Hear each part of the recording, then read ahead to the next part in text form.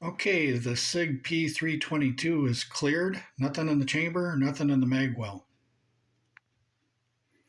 Okay, a 25 round magazine will extend approximately 1 inch from the bottom of the grip.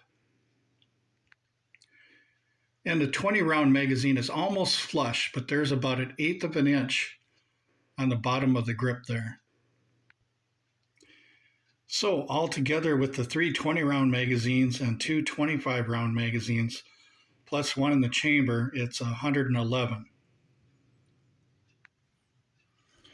Okay, here's what's interesting about the SIG P322 is it's a featherweight, a very, very light. And you can see here that my total body carry is 111 rounds. That means with my 511 tactical vest, or if I'm wearing something else, pockets, I would put the magazines. So a gun with 20 rounds plus one is about 19.5 ounces. A gun with 25 rounds plus one is about 20.5 ounces, and a gun with carrying, like I said, my total body carry, 225s and 320s plus one in the chamber is about 67 ounces. And to tell you the truth, you guys, carrying these magazines around, actually hardly noticed the weight with my 511 tactical vest. Hardly noticed the weight with even the 25 rounder, in the mag well. So it's really impressive how much firepower you have in such a lightweight package. And on the other video, I talk about feeding issues and stuff like that and what I've noticed. And things I've noticed that other people are probably doing wrong as far as loading the magazine and stuff like that. SIG does have a little bit of slop in the mag well and the mag catch, and that's one of the reasons why the bullets drop a little lower. Because if you look at the feed ramp, round nose like CCI, mini mag, stuff like that, looks like it'll get up there, but some of the hollow points, if you visually check when you insert the magazine, you can see that it's going to catch probably a little bit on the bottom of that feed ramp. So in the future, maybe that Macarbo guy might have some kind of solution where he can make a little bit better feed ramp for this thing and stuff like that. So Macarbo is a guy that improves firearms with parts that really don't cost a whole lot of money, but he tries to improve the condition of the firearm where people are having like failures to feed, and other types of failures with the magazine and stuff like that. So anyway, unless SIG comes out with something that, in the future where they'll improve that feed ramp and the magazine, making it just a little bit tighter because there is a little bit of slop in that mag well and the mag catch, and that's for speed because a lot of people want to use this as a race gun and for speed. And my other video, I talk about the fact that you can't run these guns hot because they got a pencil thin barrel, so you're going to gum up your barrel if you do stuff like that. 22s need cooling time.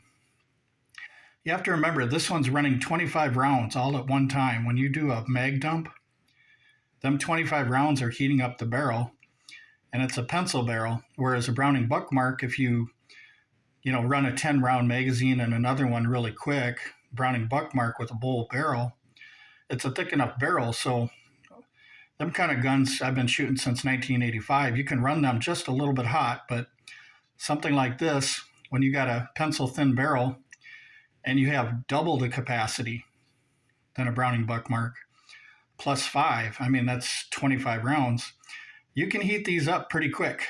So that's one thing to take note of. So you want to make sure you keep them clean and lubed every 100, 200 rounds, something like that.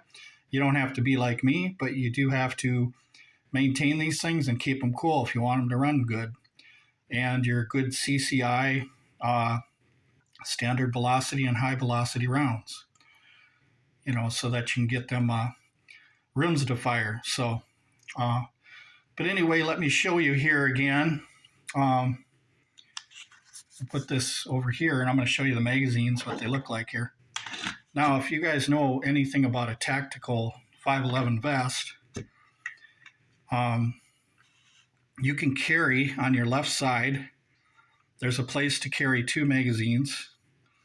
So what I would do is I would put these 2 on the left side. On the right side, you have a pouch that holds 3 magazines, and it just so happens that 1, 2, 3, I can hold 3 20-round magazines there. So obviously, if I'm going to start off this gun, I'm going to take either one of the 20 or one of the 25. But I'm just saying you've got a lot of firepower, and it's light. So if you can get this gun to run reliably, it's been working really good for me.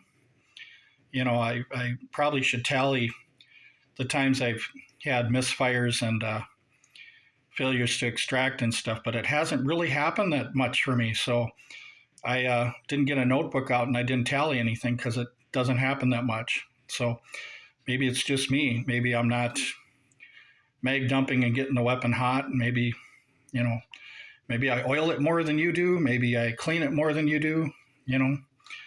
Insert the magazine the right way, fill the magazine the right way.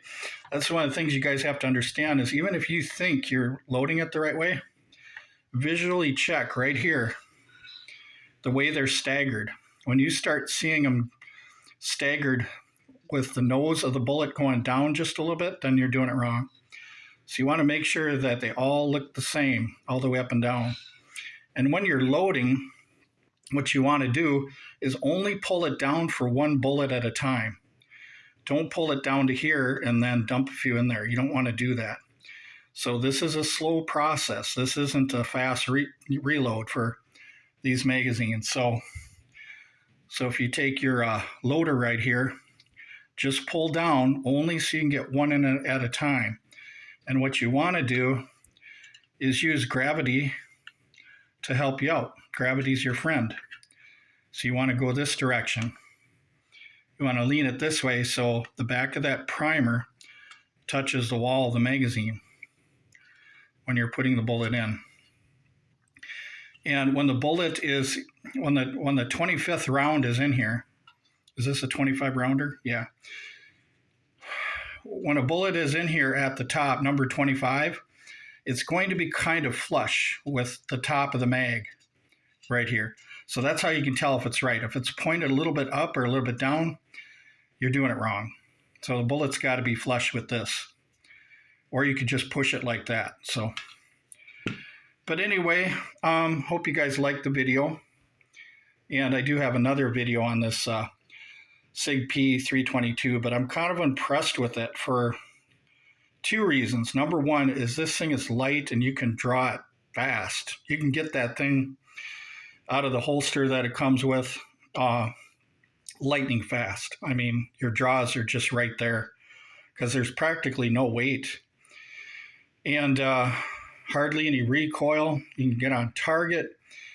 It's got a fixed barrel, and that's good for accuracy because every time the slide comes back, it's not going to change the position of the barrel, kind of like your barrel and your lockup on some semi-autos like 9mm and higher. You got a different lockup every time it locks up. And so your accuracy is just going to be a little off for each shot. Whereas something like this, when you got a fixed barrel, the barrel doesn't move. So only the slide does. And then when the slide comes back, obviously it locks to a certain position. But these ones, oh my gosh, you can shoot accurate and fast.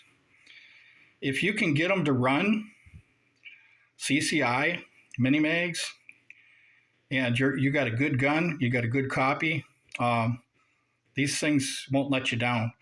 Now, I do know that there is probably a situation where some guys gunking up the barrel, it might be a barrel issue from the factory, but them are the lower lot numbers when they first started manufacturing this. So this one that I got here, I waited about a year and a half since it went out, since it was out or whatever. And the serial number on this one is much higher. So maybe that's why this one works. And the ones that guys got when it first came out, maybe they're the ones that are suffering with the barrel problems. I don't know. But if you got a barrel problem, and it's not you, you're not overheating the weapon, then obviously you're going to have to talk to SIG and work something out. But anyway, thank you very much, you guys, for watching this video. I appreciate it.